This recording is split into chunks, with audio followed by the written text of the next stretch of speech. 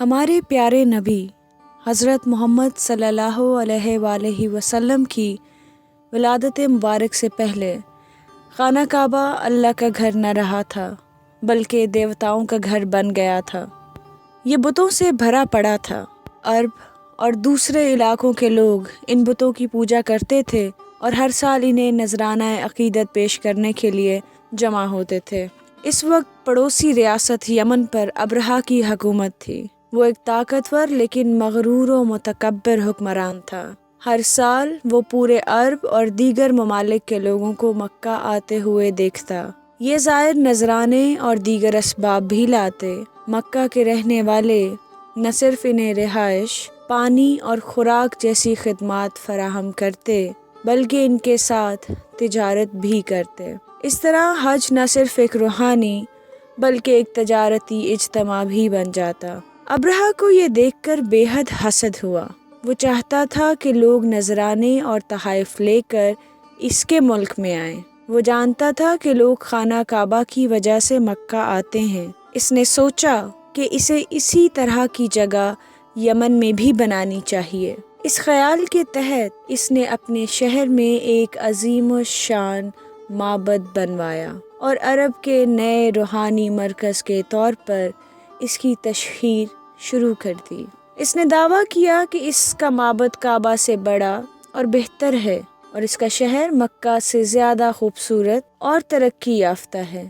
اس نے تجارت کی خواہش رکھنے والوں کے لیے زیادہ اقتصادی مواقع فراہم کرنے کا وعدہ بھی کیا، غرض کہ اس نے اپنے معبد کو زائرین کی توجہ کا مرکز بنانے کی ہر ممکن کوشش کی، لیکن لوگ تجارت کے مواقع یا بہتر سہولیات کے لیے کعبہ میں نہیں آتے تھے۔ وہ عمارت کی شان و شوکت یا شہر کی ترقی کو سراہنے کے لیے بھی نہیں آتے تھے۔ وہ یہاں اس لیے آتے تھے کیونکہ یہ خدا کا گھر تھا۔ وہ بے شک اللہ کے راستے سے بھٹک چکے تھے مگر اب بھی کعبہ کی نہایت عزت و تکریم کرتے تھے۔ ابرہہ کے معبد میں کوئی نہ آیا بلکہ لوگ اس کے دعوے سن کر بھڑک گئے۔ قریش سے تعلق رکھنے والا ایک آدمی یمن گیا، معبد پر گندگی ملی اور بھاگ آیا۔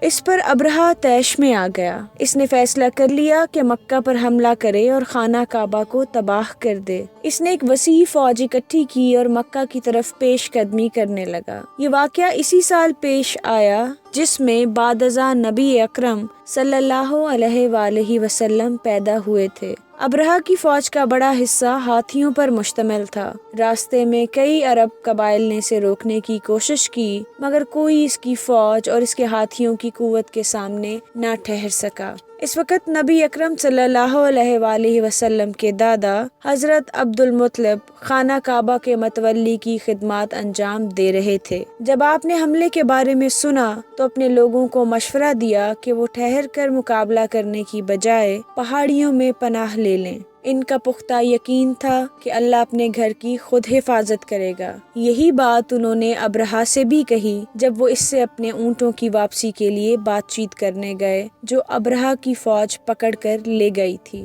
لوگ شہروں سے نکل گئے۔ حضرت عبد المطلب اپنے چند قریبی ساتھیوں کے ساتھ وہیں رہے۔ ابرہہ کی فوج مکہ کی طرف بڑھی۔ جب ابرہہ کا ہاتھی مکہ کی سرحد پر پہنچا تو دھپ سے بیٹھ گیا اور ذرہ برابر جنبش کرنے سے بھی انکار کر دیا۔ مہاوت نے پوری کوشش کی مگر ہاتھی اپنی جگہ سے نہ سرکا۔ اسی وقت ابابیلوں کا ایک جھنڈ نمودار ہوا۔